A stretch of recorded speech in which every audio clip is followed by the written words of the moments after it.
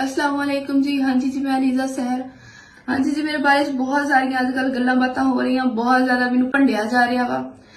सारी इस बारे च मैं डिटेल नाल बनाउण लगी हाँ। सारा डिटेल नाल तुहानूं दसांगी। जिहड़ा बंदा वा उहदी डिटेल भी मैं मैंशन करांगी।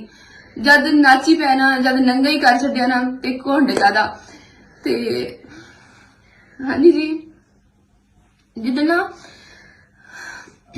3 दिन पहला मैनू पता लग्या ना ते रात 11 बजे सुबह उस वक्त मैं साइबर क्राइम गई मुल्तान। सवेर तो शाम तक मैं उत्थे रुली, मेरा फुल तावन किया गया, मैनू फुल सपोर्ट किया गया, लेकिन उनके बारे ना सख्त एक्शन नहीं लिया गया। उत्थे च उनकी डिटेल कड्डी गई, उनकी वो काड़ा की डिटेल कड्डी गई। मैं सारिया उनकी तस्वीरां डिटेल जो उत्थे निकली गई मैं सारी मैंशन कर देनी है, सही है। ते वो काड़े दा हैगा कतर विच बैठा। इस तो बाद मैं ना उनके नाल इनकी कुत्ते वर्गी करनी सी ना, उस इंसान दी, उस कुत्ते बगैरत दी इंसान दी कोई मैं की कहां। ते उनकी डिटेल्स वगैरह मैं मैंशन करने लगी। जिन्होंने करना ना वो बेहतर जानते उन्होंने करना की आ। काड़े का हैगा कतर विच जाके बैठा हैगा वा, आर्मी च है सी, उथों भी निकल गया ते उहदे नाल गल होई। उन्होंने साइबर क्राइम वाले ने डिटेल कड्डी, उहदे नाल गल होई। कहंदा मैं एडिट जरूर की है लेकिन मैं अपलोड नहीं की हैगी। ते ना बाकी जड़ा ना मैं अपनी मेहनत की, मैं अपनी मेहनत नाल कामयाब हुई। 2017 की मैं लगी हुई हाँ। हुण तुसीं खुद देख लो कि सन केड़ा जा रहा। मैं इन्नी मेहनत की, कुत्ते बिल्ले बकवास मारन रहे है। जेडे सपोर्ट करन रहे उन्होंने जी बहुत ज्यादा रिस्पैक्ट इज्जत जी, उन्होंने बहुत बहुत ज्यादा शुक्रिया। बाकी जी अगर मैं कामयाब होना हुंदा ना तो मैं कदों दा मैं इदी कामयाब हो जाना सीगा। मैं अपनी मेहनत की, अपनी मेहनत की रोजी रोटी मैं मेहनत दी खादी। मैं इदा दी नहीं हैगी जिदा दी हैगी तुहाडे सामने आ। मेरे फुल सपोर्ट किया जाए। फेक इंटरव्यूज फेक बकवास मारी जा रही है ते मैं ना इदा दी नहीं हैगी। बाकी जी मेरा यह कसूर सीगा कि मैनू फुल ब्लैकमेल किया गया। शुरू दिन तो ही मैं जदों दी यूट्यूब ते आई है ना, मैनू चाची ना जीण नहीं दिता ते शुरू दिन तो मैंने ब्लैकमेलिंग कदी किदां दी मैं अपनी मेहनत जारी रखी, कदी छाड़ती कदी जारी रखी, क्योंकि मेरी फैमिली ने मैनू बहुत ज्यादा सपोर्ट किया। भैणां भरावां ने, मेरी फैमिली ने, क्योंकि उन्होंने पता कि मैं किदां दी हैगी हाँ।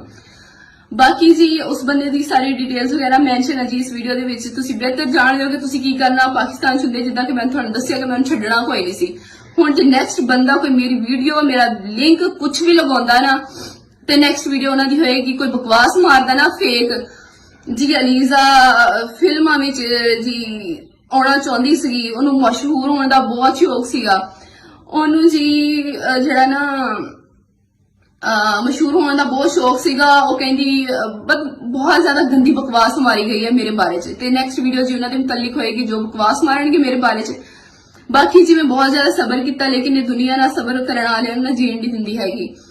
ते हुण तुहानूं पता कि तुसीं बेहतर की करना। जदों कहंदे आ ना जिद्दां मैं कहा वा कि नाची पै तू घुंड कादा, जदों नंगा ही कर छड्डिया ना ते शर्म कादी ते मैं रोड उत्ते निकल आउणा। हुण बहुत हो गया, बहुत मैं ना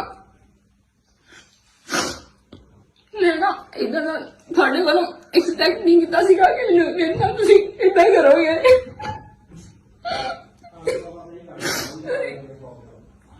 तुसीं सारिआं ने मेरे नाल बहुत भैड़ी कीती। अल्लाह पिछड़ा ना, अल्लाह बेहतर जानदा मैं किदां दी हां।